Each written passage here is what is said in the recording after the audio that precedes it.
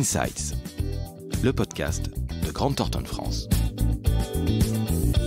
Bonjour à tous, nouvel épisode d'Insights, le podcast de Grant Thornton France. Et aujourd'hui, j'ai à nouveau le plaisir de recevoir Frédéric Zetoun, le DG associé en charge de la fonction People and Culture. Bonjour Frédéric. Bonjour Laurent. Frédéric, aujourd'hui, on a un épisode que j'attendais avec beaucoup d'impatience sur évidemment l'employeur Grant Thornton, la marque employeur.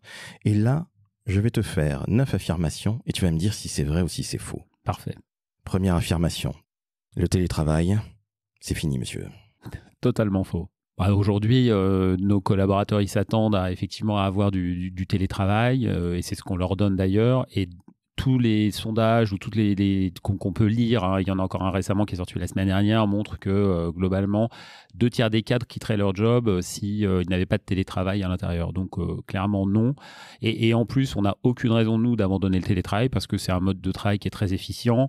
C'est un mode de travail qui permet aussi, de façon directe et indirecte, d'améliorer la qualité de vie au travail. Donc effectivement, nous, on n'a absolument aucune raison d'abandonner ça et on y est plutôt même assez favorable, voire très favorable. Mon Dieu, chers auditrices, auditeurs, vous avez enfin compris en écoutant Frédéric qu'il y a chez Grant Thornton un employeur qui comprend et qui écoute les collaboratrices et les collaborateurs, à savoir les salariés. Donc allez-y. Tu es l'anti-Elon Musk là-dessus, hein ? Ah oui, absolument. Et pas que sur ça d'ailleurs. Nous ne parlerons pas d'Elon. Non. Deuxième affirmation. L'intelligence artificielle, la fameuse IA, va tous nous remplacer. C'est vrai ou c'est faux, Frédéric ? Je pense que c'est faux. Je pense qu'on va effectivement intégrer l'IA. Moi, l'espoir que je fonde dans l'IA, c'est que ça soit quelque chose qui soit libérateur, en fait, et qui nous affranchisse des tâches les plus ennuyeuses, les plus idiotes et les moins intéressantes, et que ça puisse libérer notre créativité et l'intérêt de notre travail à tous, individuellement et collectivement. Donc non, ça ne nous remplacera pas. Je pense que ça va nous aider. Après, ça va sans doute refonder beaucoup d'entreprises, beaucoup de business models, beaucoup de rôles dans l'entreprise, les modèles de formation également. Enfin, il y a beaucoup de choses à repenser. Mais non, ça ne nous remplacera pas. Merci. Ça me rappelle un petit peu les gens qui ont peur de l'intelligence artificielle, ce que je peux parfaitement comprendre. C'est clivant comme sujet, c'est aussi très à la mode, mais il faut quand même bien le dire. Ça me rappelle un petit peu à l'époque de la révolution industrielle, les ouvriers qui cassaient les machines parce qu'ils avaient peur que ça leur prenne leur travail. L'IA, c'est un excellent assistant. Et tu viens de nous le confirmer, y compris dans les métiers Grant Thornton. Oui, complètement. Et je pense que des métiers tertiaires comme les nôtres de prestation de services, évidemment, on va avoir beaucoup d'IA et beaucoup d'interactions avec l'IA. Mais aujourd'hui, pour moi, encore une fois, c'est plus un facteur de progrès qu'un facteur de régression. Et non, je ne pense pas que ça va nous remplacer, mais encore une fois, ça va nous améliorer, nous augmenter sans doute. Il faudra faire sans doute des efforts, des adaptations, comme dans toute évolution, mais on est là aussi pour appréhender ce nouveau modèle et même assez impatient de pouvoir l'expérimenter, en fait. Et en même temps, peut-on aller contre la modernité ? Sûrement pas. Troisième affirmation. Chez Grant Thornton, seul compte le salaire, le pognon. Alors non, c'est faux, même si il faut être très clair, la rémunération est la base, on va dire, du démarrage d'une relation, mais ça n'est pas suffisant et c'est là qu'il faut rajouter, on va dire, tous les éléments autour du sens, de la qualité de vie, de la formation, de la relation de confiance qui nous est très chère. Donc il y a tout un tas d'éléments qui viennent s'additionner. Ça, pour moi, c'est un peu comme une pyramide de Maslow en fait. La rémunération, c'est le socle, mais ensuite viennent s'ajouter tout un tas d'autres éléments qui sont tout aussi nécessaires. Mais s'il n'y a pas ce socle, à mon sens, il ne peut pas y avoir de relation de travail parce que très clairement, les gens ne viennent pas. Et puis il n'y a pas de raison qu'ils viennent, j'ai envie de dire, parce que la rémunération, c'est aussi un élément de reconnaissance. Et donc, avoir la bonne rémunération, c'est aussi reconnaître les gens dans le travail qu'ils réalisent. Quatrième affirmation. Elle me fait bien rire d'avance. Je sais ce que tu vas me répondre. Je suis Grant Thornton, tu sais, on n'arrive pas à trouver de talent au-delà du périphérique, le fameux périph'. Non, c'est faux. Nous, on est dans 24 bureaux. Donc, ces 24 bureaux, évidemment, on recrute, comme à Neuilly, qui est effectivement notre bureau le plus important. Non, on trouve des talents. Il y a plein d'écoles, plein de très, très bonnes formations de toute façon en région. Il y a plein de très bons collaborateurs en région, donc on trouve absolument des talents. Et j'ai même envie de dire, avec le post-Covid, on a de plus en plus de gens qui souhaitent partir, et nous, on leur donne toutes les opportunités pour pouvoir travailler à distance, télétravailler, dans une relation certes différente, un peu plus distancielle, mais qui a tout autant de qualité, de valeur, avec une expérience collaborateur qui est tout aussi qualitative.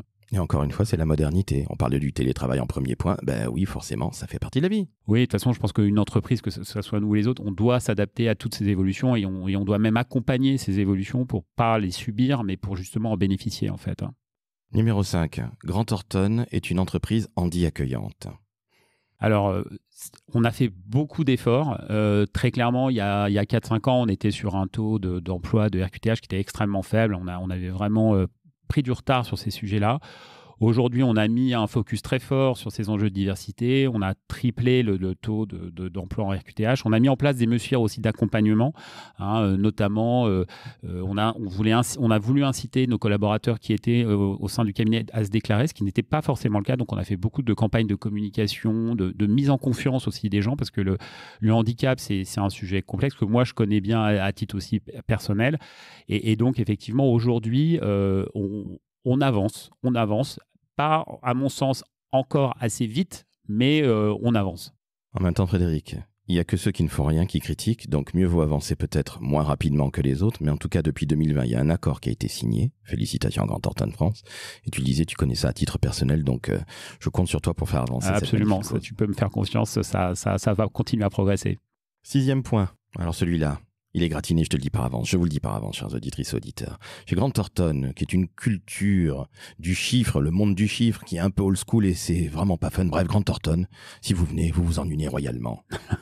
Alors non, ça évidemment non, j'ai envie de dire, je vais pas dire que c'est tout le contraire, il faut peut-être pas exagérer, mais en tout cas, il y a dans les cabinets chez Grant Thornton, mais de toute façon dans cette profession au sens large, il y a énormément de challenges, énormément de métiers différents en fait au sein même d'un cabinet d'audit. Il y a de l'audit, de l'expertise, du conseil, de la transaction, donc on touche à l'entièreté de la vie économique, je veux dire, et des sujets ou des enjeux des entreprises, et donc on peut les aborder sous tout un tas d'angles. Donc ça, c'est véritablement passionnant. Il y a aussi le fait qu'on est dans une entreprise où on apprend énormément de choses, on est dans cette structure d'entreprise apprenante, et ça, c'est aussi tout à fait passionnant. Et puis aussi, et c'est aussi tout l'enjeu de nos organisations, c'est qu'on est dans une entreprise qui crée des communautés de vie, des communautés d'intérêt, et ça, c'est ça, et on revient sur la relation de confiance, parce que quand on vient travailler, c'est pas soit pour faire du chiffre, soit pour faire du conseil, c'est aussi pour vivre avec les gens, les collaborateurs, mais aussi les clients, et c'est aussi ça qui crée, j'ai envie de dire, tout le sel de vivre en cabinet et de vivre dans nos écosystèmes. Et puis toi, à titre personnel, ça fait quand même 25 ans que tu es dans cette belle maison. Vous étiez combien quand tu es rentré ? Voilà, oui, moi, effectivement, ça fait 25 ans que je suis là. On était 80 quand on est rentré, donc on va dire très, très peu nombreux. Aujourd'hui, on est quasiment 2500.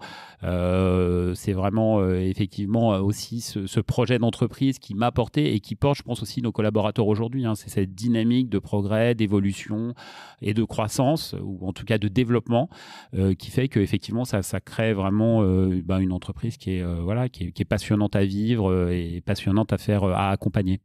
7e affirmation. Grant Thornton accompagne la parentalité. Oui, ça c'est vraiment aussi un enjeu très fort qu'on a mis en place aussi il y a quelques années, depuis 5-6 ans. On a d'ailleurs, Steve, gagné un prix en 2023 sur la parentalité par l'Observatoire de la qualité de vie au travail. En fait, ce sujet de la parentalité, il est venu du sujet égalité homme-femme, qui est vraiment quelque chose sur lequel nous on a beaucoup travaillé, mais là depuis très longtemps. Alors la parentalité, c'est pas que les femmes, c'est aussi les hommes, et aussi on est très soucieux effectivement que les pères aussi soient à même d'accompagner correctement leurs épouses et leurs enfants, jeunes, petits, grands et encore plus grands. Moi, je suis aussi papa. Alors mes enfants sont maintenant moins besoin de moi, mais à titre personnel, je l'ai vécu, et donc je sais que c'est quelque chose de très important dans une vie, et donc effectivement, nous en tant qu'employeurs, on se doit d'être, j'ai envie de dire, les plus ouverts possibles sur ce sujet-là, et de pouvoir accompagner effectivement sur ces thématiques. 8e affirmation, et pas des moindres, tu viens de le dire, tu as parlé des hommes, de ces messieurs. Grant Thornton, c'est un monde de chiffres, donc de mecs. C'est faux. Puisque en fait, aujourd'hui, chez Grant Thornton, on est à 50% d'hommes, 50% de femmes. Évidemment, si on se dit tout, on n'a pas exactement cette égalité-là au plus haut de l'organisation, c'est-à-dire chez les associés, mais on le vise. On est à 35% d'associés femmes, avec un objectif d'être à 50-50 dans les 3 à 4 ans. Donc clairement, c'est un sujet qu'on adresse très fortement. Après, on est dans une société de toute façon qui est quand même avec on va dire, une société masculine, hein, mais en tout cas, nous, on a à cœur vraiment de travailler sur cet enjeu de diversité et de faire en sorte que les rôles modèles soient des rôles modèles aussi inspirants pour les hommes que pour les femmes. D'ailleurs, on a mis en place des programmes de leadership au féminin qui nous permettent d'accompagner nos managers, nos senior managers sur justement ces enjeux de rôle modèle féminin et la façon de dépasser le rôle un peu imposé du rôle modèle masculin, en fait. Tu veux parler de Boost Her ? Oui, absolument. C'est un programme qu'on a développé qui s'appelle Boost Her et qui effectivement booste les talents féminins en fait et leur donne toute la capacité et la plénitude pour pouvoir se développer au sein de Grant Thornton. Félicitations encore une fois. La cause des femmes est très très très très chère. Et puis dernier point, et là pas des moindres, Grant Thornton tient à la qualité de vie de ses collaboratrices et collaborateurs.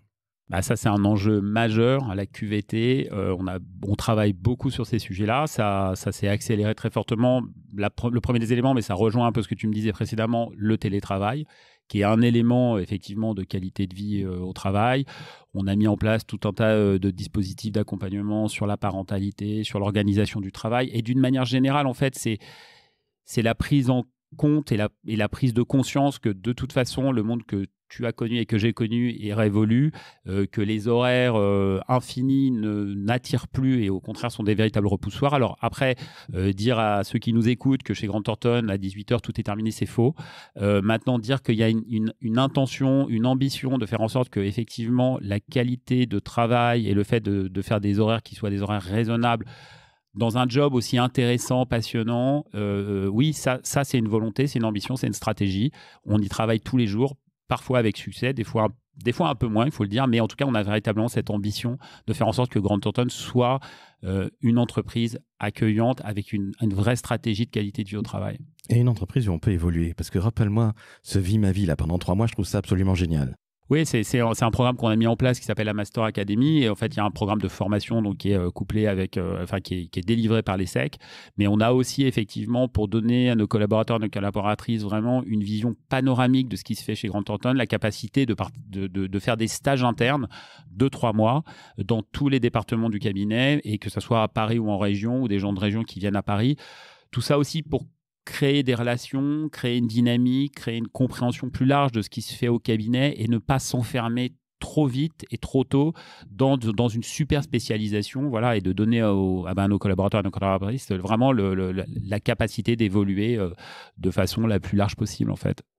Frédéric, il ne devait y avoir que 9 affirmations, je rajoute une 10e. Tu sais bien que malheureusement tout augmente. Oui. Chez Grant Thornton, la bienveillance, ce n'est que du pipeau. C'est faux, c'est faux. Encore une fois, c'est une ambition. Et c'est vrai que quand on a mis en place ce programme, on s'est vraiment posé la question de savoir si on devait externaliser ce type d'ambition, puisque à chaque fois qu'il y a quelqu'un qui aurait un problème chez nous, il nous dirait vous n'êtes pas bienveillant. Mais la bienveillance, pour nous, c'est vraiment un corpus de comportement, c'est un corpus de valeurs. Ça veut dire aussi être très exigeant, mais c'est véritablement une ambition collective. Alors, encore une fois, parfois on y arrive, parfois un peu moins, mais en tout cas, non, c'est véritablement quelque chose qui est très ancré chez les associés, ancré chez nos collaborateurs, parce qu'on a mis en place des séminaires, des formations, etc. Donc, non, vraiment, c'est quelque chose auquel on croit profondément et qu'on va continuer à travailler. Tu as le temps de rester pour une 11e affirmation ? Bien sûr, avec plaisir. Le courage fait partie des 7 valeurs de cette maison, mais en fait, le courage dans ce métier, Ouais, je pense que si le courage, il est là. Il est là déjà, j'ai envie de dire, de par le fait que dans nos métiers, il faut avoir le courage de dire vrai. Il faut avoir le courage de se comporter et de tenir des positions. Alors, c'est très, très vrai dans les métiers du commissariat aux comptes, par exemple. C'est aussi vrai dans les métiers de l'expertise comptable et du conseil. Donc, on est vraiment attaché à ça. Et puis, c'est aussi, j'ai envie de dire, le courage de dire vrai à nos collaborateurs quand on doit les évaluer, quand on fait des feedbacks. C'est pas juste dire c'est bien, c'est mal. Non, c'est avoir le courage de s'expliquer, de se dire les choses. Non pas... Mais dans un objectif d'exigence et de progression collective, en fait. Donc oui, le courage, c'est une vertu et une valeur qu'on porte très haut au sein du cabinet. Encore une fois, pareil, hein, pour dire vrai, c'est pas toujours facile, mais en tout cas, là encore, c'est une ambition comportementale de notre groupe. qu'est-ce qu'ils pensent les collaborateurs et les collaboratrices de Grant Thornton? Quand ils arrivent, par exemple les jeunes, qu'est-ce qu'ils en pensent de cette maison? Ils se disent, bon, finalement, j'y suis arrivé, ils m'ont fait une belle proposition. On parlait de rémunération et c'est tout à fait normal de rémunérer à juste titre les gens en fonction de leur talent et de leur expérience. Mais qu'est-ce qu'ils pensent? Parce que justement, tu es l'associé et le DG en charge du People and Culture, c'est-à-dire les ressources humaines. Ils pensent quoi? Alors, nous, on a mis en place tout un tas évidemment d'indicateurs, de marqueurs au sein du cabinet. On fait un sondage tous les 15 jours, en fait, dans tous les départements pour avoir un peu le retour Alors, on a ce qu'on appelle l'INPS, c'est-à-dire en fait un peu le taux de satisfaction de leur expérience chez Grant Thornton.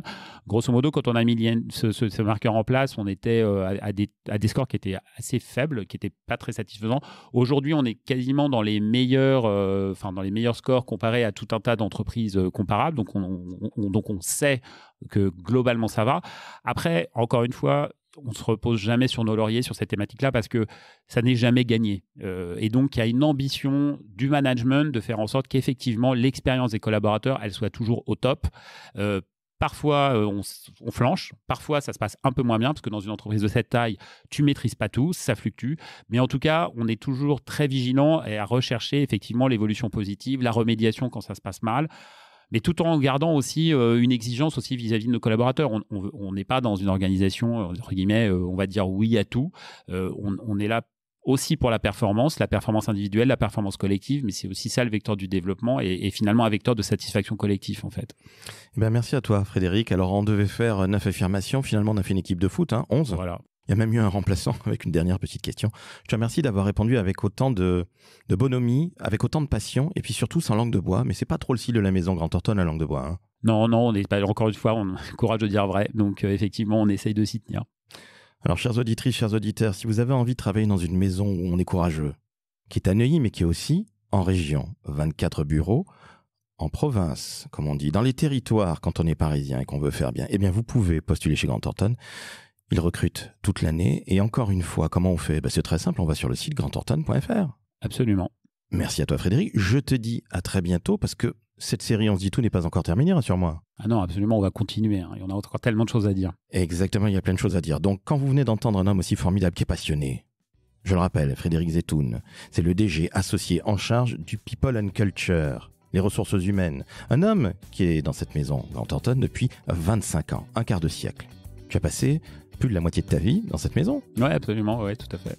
Donc vous vous doutez bien que s'il est bien dans cette maison, c'est que vous aussi vous pouvez vous sentir très très bien ou vous pourriez vous sentir bien. Donc allez, postulez, j'en ai assez dit. Et tiens, au passage, avant de postuler et de dire que vous êtes très motivé, laissez un petit commentaire sur Apple Podcast et sur Spotify en disant que c'est absolument sensationnel, que Grant Thornton est une magnifique maison. Et puis Frédéric, on se dit à très très vite pour un nouvel épisode d'On se dit tout, la mini-série d'Insights, le podcast de Grant Thornton France. Merci Laurent et puis à très bientôt. À très bientôt.